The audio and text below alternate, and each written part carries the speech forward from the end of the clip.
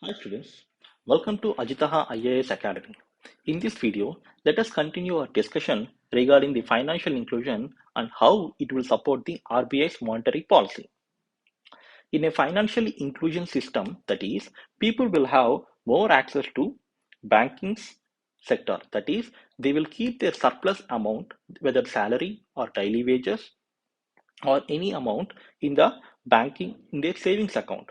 So banks in turn they will give this surplus money as credit to small individuals, that is who have single proprietorship industries and small businesses. So in this way, people or individuals and small businesses will have an access to the formal credit system instead of lending money from the money lenders at high interest rates.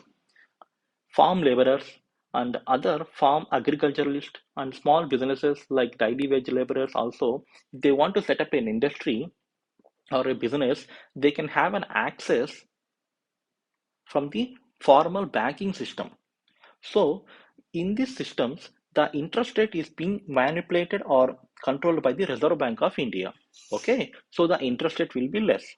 And during that, in terms of financial inclusion, as people save their excess amount of money in the financial system, that is through savings, whenever there is a change of the repo rate by the RBI, there will also be a change in the interest rate of these accounts. That is, whether it is a housing loan or any other loans, or also in the deposits, that is senior senior citizen deposits, and also savings interest rate also, it will be changed. So there will be interest sensitivity. People will be aware of the economic systems.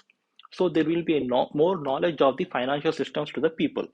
So when people, even for example, let us take the example of the COVID, when there was less economic activity and there was less economic transactions, there were so many people who have lost their jobs. But if there is a financial inclusion, when people save their excess amount in the banks, as there was a limited amount, there was a limitation on the amount of money that can be withdrawn. Banks can lend the excess funds to the other small businesses.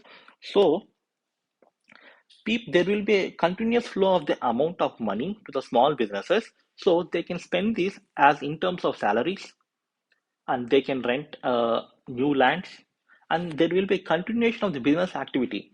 So when there is a continuous, when they pay through salaries to their employees, they will demand more same amount of resources that they were demanding before corona. So in this way, there will be a lower consumption volatility. That is, there will be no change in the consumption pattern. So there will be less output volatility. That is, there will be less change in the output.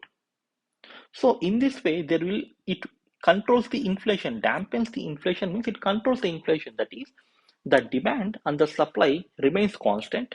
So more demand and less supply of goods and services, such a situation will not exist.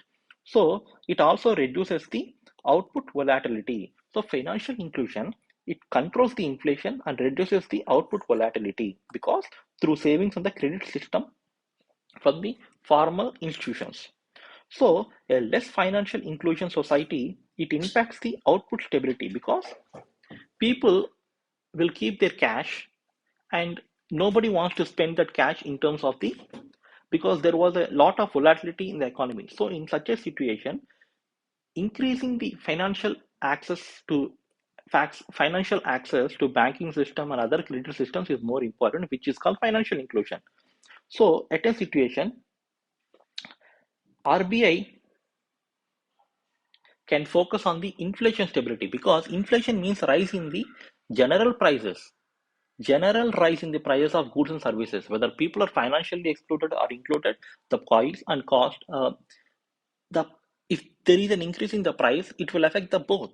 So in such a situation, RBI cannot do anything. But in a highly financial inclusion society, where RBI has a more control on the resources output, where RBI has a more control on the interest rates through repo rate and reverse repo rate and marginal standing facility and bank rate, RBI can control the credit facilities. So high financial inclusion will provide more, can stabilize inflation and reap the maximum welfare gains. which is the ultimate predominant objective of the monetary policy. So, in the lecture note, the RBI Deputy Governor was saying, if people move because of the financial inclusion, people can move from cash to financial assets. They can, that is, they can sell bonds, they can buy bonds, they can invest in the stocks. So there will be more amount of money flowing in the business circles rather than starving or stocking at some small houses like that. So uh, bonds and stock markets and availability of the credit by the banking system are all based on the RBI's repo rate. So RBI can control the credit supply, and people will be and their money will be interest sensitivity.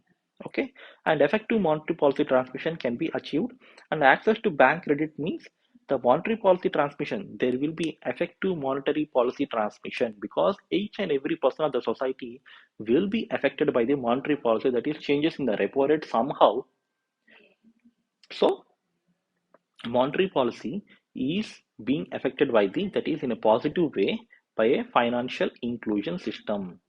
So if you have any doubts, please comment. We will clarify those doubts. Thank you so much.